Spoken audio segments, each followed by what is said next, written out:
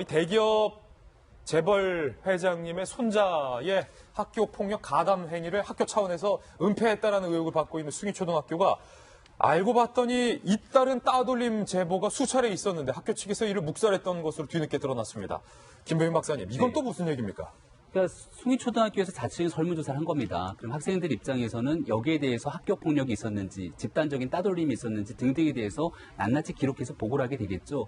근데 학교 차원에서 봤을 때 심한 욕설과 놀림, 협박을 당했다는 응답이 대부분이었고 친구들에게 집단 따돌림을 당했다는 응답도 일부 나왔다고 보고를 한 겁니다.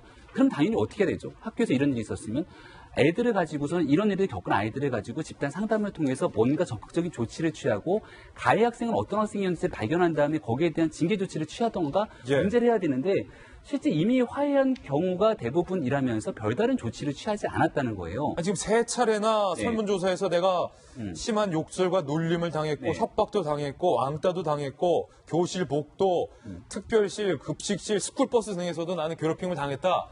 이런 게 지금 세 차례나 세 건이나 나왔는데 학교 측에서는 그냥 다 화해한 거다. 그렇죠. 학교 측에서 뭐라고 했냐면은 학교 폭력 신고 방법을 교육하고 교내 순회 지도를 강화하고, 그러니까 말 그대로 경미한 조치들만 끝냈던 건데. 아니, 3건이 아니네요. 16건과 8건이네요. 저런 건이 계속해서 나왔다라는 거고요. 그렇다면은 이런 일이 발생하게 됐을 경우에 확실하게 미연에 이 내용들을 좀 방지하기 위한 교육들을 취하고 확실하게 좀 가해 학생들에 대한 엄벌적 조치를 취했으면은 이런 일들이 재발되지는 않을 건데 얼마 전에 있었던 사실 그 수련회 과정에서 있었던 학교 폭력 사태는 굉장히 저희가 일반 그 시민의 입장에서 바라보기도 좀 끔찍한 상황 아니겠습니까?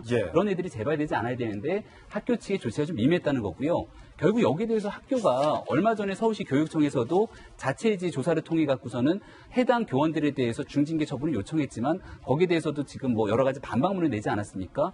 제일 좀 심각한 상황 중에 하나는 숭일초등학교가 사안에 발단이 된 허위 보도에 대해서 민형사상 법적 절차를 밟겠다라는 건데 언론사뿐만이 아니라 뭐라고 나왔냐면 피해자도 소송을 고려하고 있다는 겁니다. 피해 학생과 어머니에게도 소송을 하겠다. 왜냐하면 내용이 사실과 다른 부분들이 있을 수 있기 때문에 이게 피해자 측 교육청 언론사를 대상으로 소송을 고려하고 있다는 건데 그렇다면 사립학교는 대한민국의 교육 현실에서 떨어져 나와갖고서는 독립적인 섬처럼 그들만의 존재하는 공간인가에 대한 의구심을 제기하지 않을 수 없거든요. 정부의 지원 다 받고 있는 것 아닙니까? 사립초등학교도.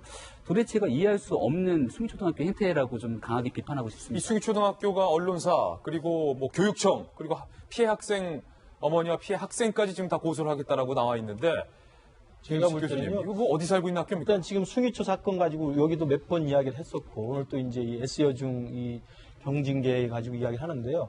제도적 문제를 일단 거론할 수밖에 없는 것 같아요. 그러니까 사립학교 법에 의해서 사립학교가 명백한 범죄 행위나 잘못된 행위에 대해서 징계를 이렇게 솜방망이를 하는 것 자체를 허용할 수 있는 것도 일단 제도적으로 좀 보완을 해야 되는데 하나 덧붙이고 싶은 것은 S여중과 숭일초에 똑같이 나타나는 현상이 뭐냐면 그 회사의 교사들, 교원들의 사회적 인식, 성범죄에 대한 인식이 너무나 일반 수준보다는 좀 낮은 것 같습니다. 그러니까 일단 최근에 우리 사회에서 성범죄에 대해서는 굉장히 경각심이 높아져 있지 않습니까? 피해자라든지 가해자에 대한 그 엄벌의 의지도 강하고. 그런데 지금 나타나는 현상 보십시오. 숭일초 같은 경우도 벌써 그것은 우리 학교에서는 폭력이 벌어지면 폭력에 대해서는 가해자와 피해자가 화해를 시키는 것이 그동안에 우리 학교의 자랑스러운 전통이었다라고 생각한다는 거예요. 그러니까 예전에 우리 때 학교 다닐 때 그랬어요. 실제로 맞고 때리면 불러서 둘 다 화해시키는 게 선생님이 임무였지만 지금은 상황이 다르잖아요. 학폭이라는 게 있어서 구조적으로 실제로 대책을 내놔야 되는 겁니다. 그래도 불구하고 숭일초는 교원들의 인식이 이거 맞은 사람과 때린 사람은 같이 화해를 하면 된다고 생각을 하기 때문에